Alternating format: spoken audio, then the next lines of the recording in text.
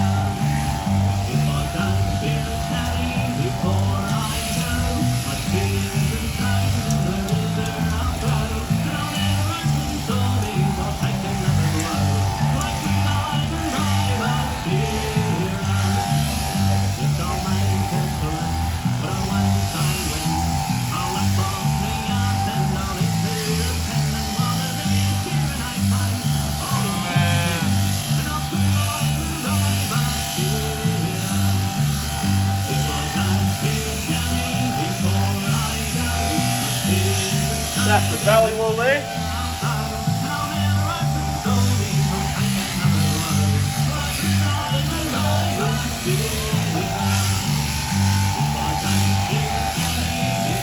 What we're doing here, we call the first hind leg.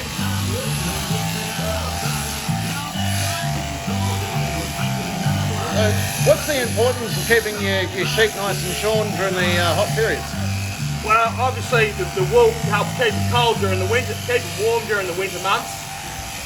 And in summer they don't need it, it's plenty warm enough. But if you let it get too far overgrown, the wool starts to mat, which means it doesn't breathe properly, so it doesn't keep it warm or cold.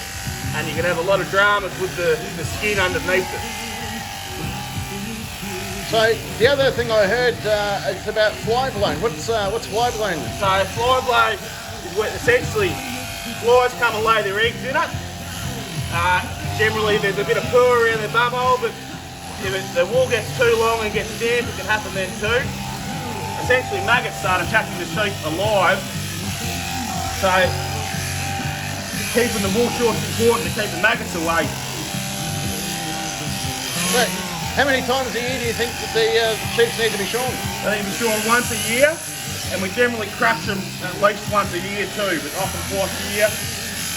Around this area, often around April, then again in September. Yep. And crutching's just removing the fur from around their backside? Yeah, that's correct. And often, especially on merinos or wool sheep, you'll do their face as well. Right. Otherwise, they get wool blind, wool grows in front of their eyes. He seems pretty calm with you doing this. Is he, or she more on the point, used to this type of behaviour? To a certain extent, she is pretty quiet, he's sorry, but also a fair bit in the way that you hold them. Yeah. They don't like sitting on their backbone, so you've got to keep them off to the side a little bit. And how many do you think you'd shear in a normal sitting or a normal day? Anywhere from 80 to 130, depending on the sheep. I'm on the slower end. Right.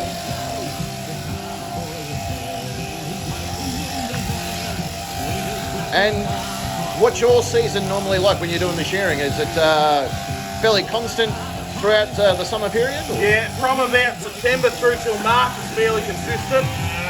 5 to 6, sometimes 7 days a week shearing. And then the rest of the year there's drips and drabs and a fair bit of crutching work as well. Yep. Is there much terminology that shearers would use that wouldn't be heard in everyday life? Yeah, there's a fair bit, especially the older generations used to use a fair bit. These days, you might hear shearers talk about sheepo. is it would mean that when the catching pen's getting empty, they want the rest of it to fill it back up. Yep. Brumo would mean to sweep up.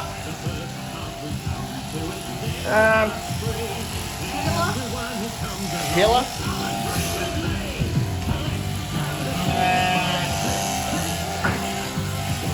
So it's pretty good that you can keep it fairly consistent where it comes off primarily as one solid piece. Yeah, that's the idea. Especially in days gone by, you want the buyer to open it up. When he opens his packet of fleece up, what we've got over there, Yep. you want to display it in the best condition you can possibly. Things are done a little differently these days, but you still want to get it off the teeth in the best condition. Yep. You still get the best price for it that way. And obviously the sheep feels a lot better after they've had a bit of a haircut. Oh yeah, it'll have to, especially on these hot days when we get to summer. Yeah. Do they seem thankful once they've been shorn? Do they sort of give you a kiss and go, thanks very much for that? What was that, sorry mate? Do they give you a bit of a kiss after you've done, and then they say, oh, yeah, thanks very much? That'd be nice. You should try and make that standard of it.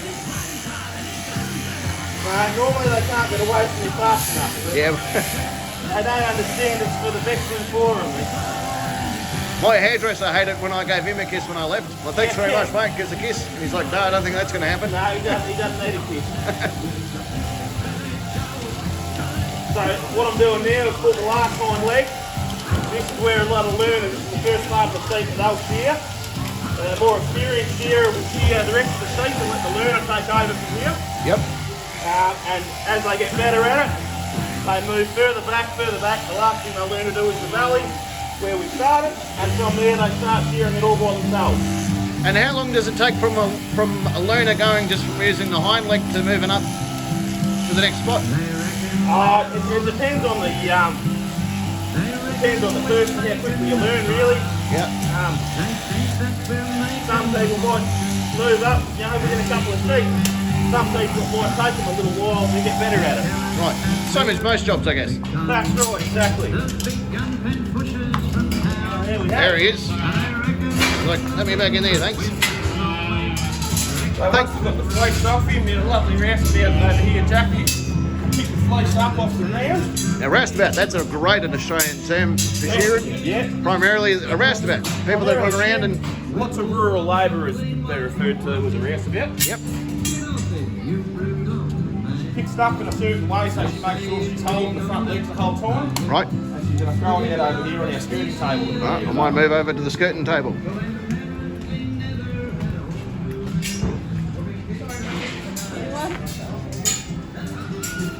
Boom. So roustabout, what do we do once it gets to the turntable here?